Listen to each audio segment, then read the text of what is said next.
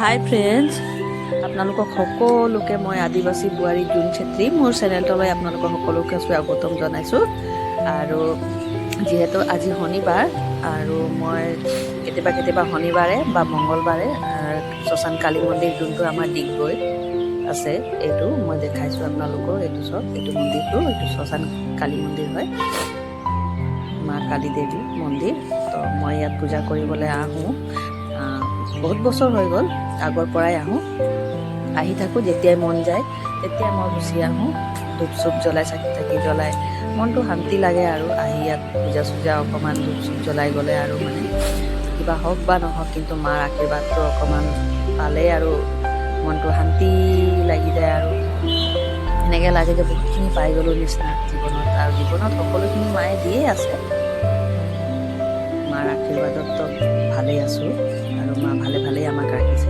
এয়া মন্দিৰটোৰ লুকটো আপোনালোকক মই অলপ দেখাবৰ কাৰণে চেষ্টা কৰিছোঁ। এইটো আমাৰ ডিগবৈ শ্মশান কালী মন্দিৰ হয়।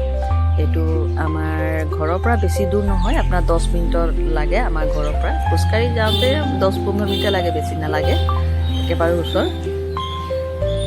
আৰু এইটো চব আগতে এনেকৈ নাছিলে মন্দিৰটো, কিন্তু এতিয়া বনাইছে নতুনকৈ চবেই ৰাইজে মিলি।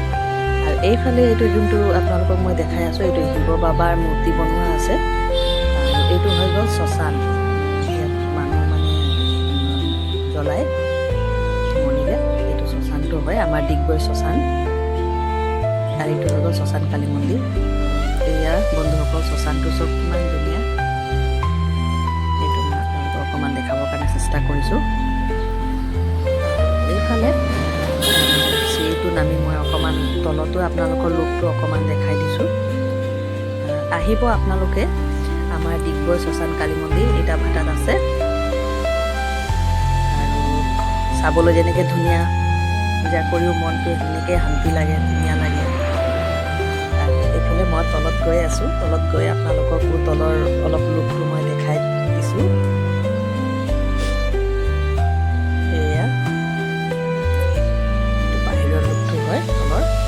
আৰু ওপৰত মাৰ প্ৰতিমাটো থোৱা হৈছে, পূজা অৰ্চনা তাতে দিয়া হয়